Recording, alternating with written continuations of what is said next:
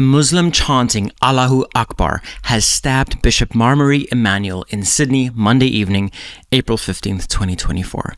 Another priest, Father Isaac, was also injured and taken to hospital with the bishop. A police report states that a number of people were stabbed, but none of the injuries were life-threatening, thank God. Now, this all happened at the Christ the Good Shepherd Church in the suburb of Wakeley, Australia. Now, according to AFP news agency, the neighborhood is a hub for Sydney's small Christian Assyrian community, many of whom have fled persecution and war in Iraq and Syria.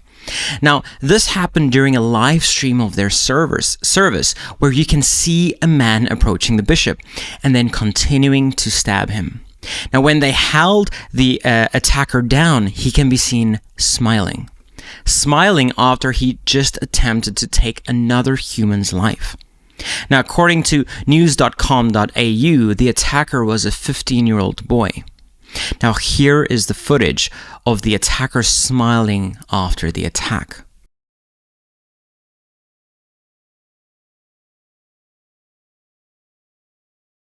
Now, how do we know he was a Muslim? Here is a conversation that the one priest is having with him where he mentions that the reason he did this was because the bishop spoke out against his prophet Muhammad. Check this out.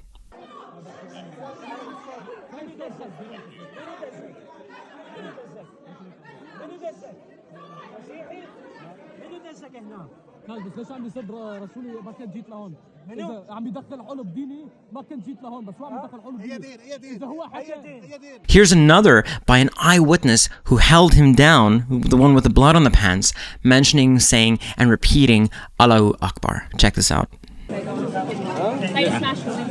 Wow. He kept saying Allahu Akbar, Allahu Akbar. He was saying that? Yeah. Wow, okay. Yeah, Allahu Akbar, Allahu Akbar. Now, is this an extremist Muslim, or is this justified in the Quran? That is the question that we need to ask. Now, let's first clarify which verses are relevant and which ones are not anymore. Sam Shamoun writes a great article on this. Now, according to the doctrine of abrogation in Islam, newer texts in the Quran take priority over older ones if they conflict. This means that Muslims need to understand which verses came first and which came later. Now, the doctrine is super important. In a mosque in Kufa, Ali bin Abu Talib got mad at a judge named Abdur Rahman because he mixed up what was allowed and what wasn't. Ali asked him if he could tell which verses were abrogative, but the judge couldn't. So Ali grabbed his ear, twisted it, and told him to stop judging. This shows how crucial it is to know about abrogation. Ali even said that someone who doesn't get it will mess things up for others. Now, according to Islamic belief, it's the newer verses in the Quran that we should follow today. One of the verses that teaches this is Surah 2, verse 106. Now, the Quran tells Muslims to fight to establish Allah's rule on earth, no matter what it takes. Most Islamic scholars believe that one specific verse, Surah 9 verse 5, cancels out 124 other verses that talk about peace and forgiveness. This verse basically says, when the forbidden months are over, go out and fight the non-believers wherever you find them. Ambush them, slay, siege to them. Do whatever it takes in war, but if they turn around, pray and give to charity. Then be kind to them, because Allah is forgiving and merciful.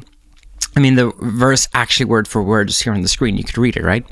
Now, in this verse, which some call the verse of the sword, it says that there's only one way for non-Muslims to avoid being killed. They have to become Muslims by repenting, praying regularly, and giving to charity. Now, for the people of the book, which is Jews and Christians, which would actually include Mar Mari Emmanuel, there's another verse in the same chapter that says they can avoid being killed by paying a tax called jizya, and accepting second-class status. Now, this means they have to pay money for protection and live as second-class citizens, even if they're in their own homeland. Now, we've seen this happen in places like Egypt, in Syria, in Lebanon, in Iraq, Sudan, and other Middle Eastern countries that were taken over by Muslims in the first 100 years of Islam. The Christians who lived there now had to go through a lot to keep their faith alive. Now, these verses begin in Surah 9 verse 5 and in Surah 9 verse 29. But what do the hadith say about all of this?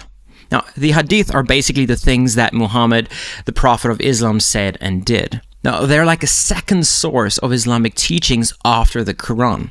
The hadith agree with the Quran when it comes to violence and living together with others.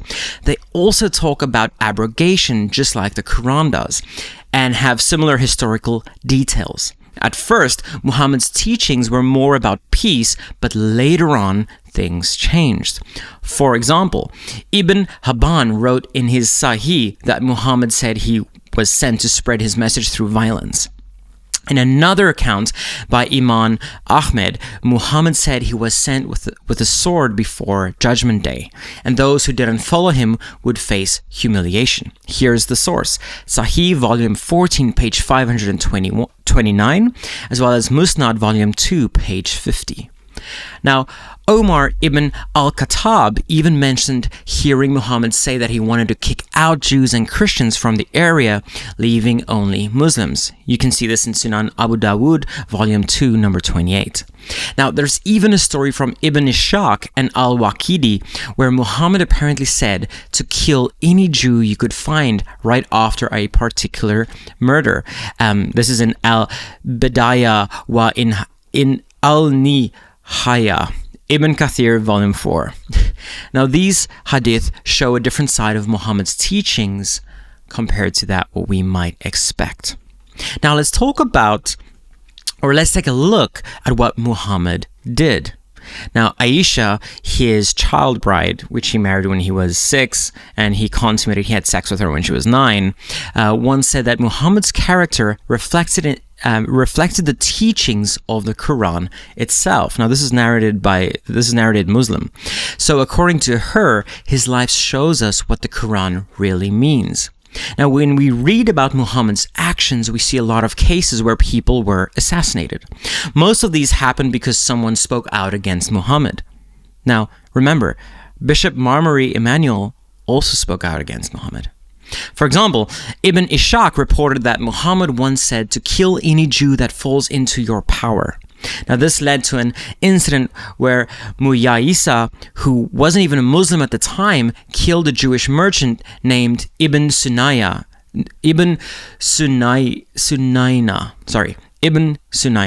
His brother, Huwayisa, was upset and asked why Muyaisa killed him, especially since they did business together. Muhayisa replied that if someone had ordered him to kill Huwayisa, he would have done it without hesitation. Now, this is in Al-Badiya wa Al-Nihaya, Ibn Kathir, volume 4, in the chapter on killing Ka'ab bin Ashraf. Now, so the big question is, how do Muslims reconcile all of this with the idea that Islam is a peaceful religion that promotes coexistence with other religions? How do they reconcile it? See, I'd love to believe that Islam is peaceful like so many people say it is, but until someone can give me a credible and peaceful explanation for all the writings and events I've talked about, I'm not so sure. You see, there's one more thing that's really bothering me. Imam Abu Hamid Ghazali, now this is as Sam Shaman points out, once said that speaking can be a tool to achieve certain goals. He explained that if a good outcome can be achieved by both telling the truth and lying, it's wrong to lie because it's unnecessary. However, check this out. If telling the truth won't work but lying will, and the goal is a good one, then it's okay to lie. Now, this is in The Reliance of the Traveler, section 8.2, page 745. And another scholar, Ibn Shihab, also talked about lying in specific situations. He mentioned that there are only 3 cases where lying is acceptable: during battle, to make peace between people, and when a husband or wife is trying to reconcile with each other. Could you imagine that? This is in Sahih Muslim, book 32, number 6303. Could you imagine you and your wife are fighting, and Allah's like, hey, it's okay to lie for you to reconcile with each other. It's okay to lie. Did you cheat on me? No. Okay, cool. Well, the goal was to reconcile, so it's okay to lie to my wife about cheating with her, because that is permissible by Allah in the Quran, right? Or to make peace between people. You know what? To make peace, I'm going to lie and say you can totally practice your religion in my country, because the goal is to make peace, so it's okay to lie about anything. This is Allah of the Quran permitting lying under these three cases. Now, this is a Islamic scholar who shares this, right? You can go read for yourself. Now, here's what's troubling me. Why should we believe Muslims when they say Islam is all about peace? Because they can lie if their end goal is the Islamization of the country, right? They're allowed to lie and say it's about peace. You know, that's the thing. In Surah 8, verse 39 and 40, we can see it's making Islam the main religion. You can go and lie. So these questions are really important, and I'm hoping we'll get some answers soon before it's too late. So go read the amazing articles by Sam Shamoun if you want to learn more about defending Christianity against Islam. Now, also, if you want to support my channel, what I do, I'm a Christian apologist, so I give a defense for Christianity. And my master's is focused in speaking out against Islam, apologetics in Islam, especially about the Quran not being perfectly preserved. According to the latest Islamic scholars conclude that. It's not me, it's the scholars that conclude that. But if you want to support this ministry and help me do this more and more and more often, you can go onto my website. You can take a course on Udemy that I have. The link's in the description. You can buy Christian merch like this hat or my Jesus King hats. You'll see other apologists like Tim Barnett wearing them. Or you can actually donate on my channel. You can a coffee a month. Coffee a month goes a long way. So have a good one. Peace out.